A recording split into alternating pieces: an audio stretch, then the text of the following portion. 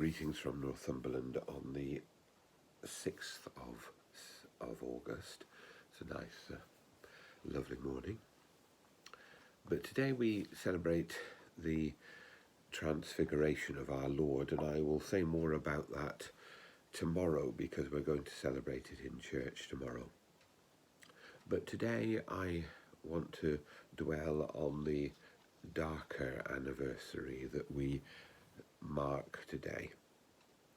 And that is that on the 6th and then again on the 9th of August in 1945, 2 atomic bombs were dropped on the cities of Nagasaki and Hiroshima, the only use of nuclear weapons in a war in history. And they were used, I think it's very clear, by the Allies in order to bring the war to a swifter and maybe less bloody conclusion. But the other thing is that between 150 and 250,000 people died as a result of those 2 bombs. They devastated 2 cities, and they resulted in those great numbers of deaths, some exact on the day of the bombing and others in the days and weeks that followed. It is a terrible juxtaposition that as we celebrate the glory of Christ revealed, we can also see the incredibly dark powers of destruction. And yet we live in a world where these weapons still exist. They're held by the Russians, they're held by our own government, by the American government, and by other governments around the world. Not too many, thank goodness.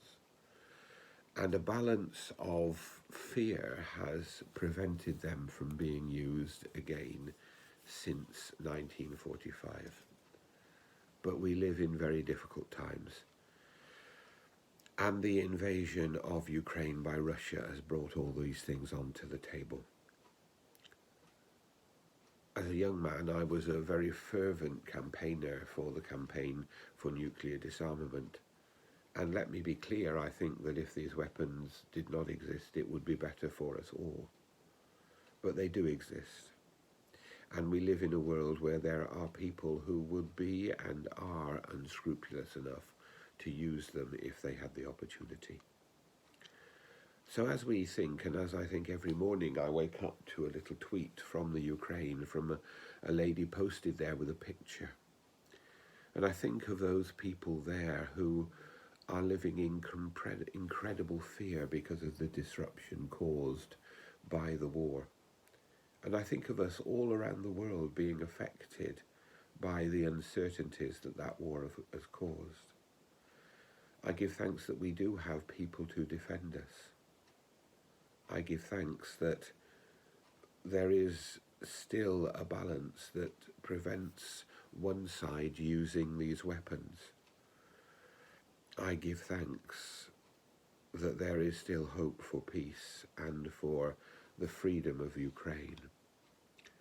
But I am very conscious that we live in a world where there is much to fear and much to be anxious about, and that people of goodwill must do all they can to promote peace and understanding. And it's very difficult. Some diplomatic visits to Taiwan has provoked the mainland Chinese government, and they are angry and being very difficult at the moment. We live in very difficult circumstances, and part of our vocation as Christians is to pray for peace and to work for peace with our neighbours and to support those who seek to maintain peace, justice and freedom in our world. It's not a happy message, but it's a message that Christians can't ignore. We have to play our part in seeking to create a kingdom of peace, the kingdom of peace, which is God's will for us all. May God bless us all. May God bless the people of Ukraine. And may God bless the peacemakers and the peacekeepers in our world.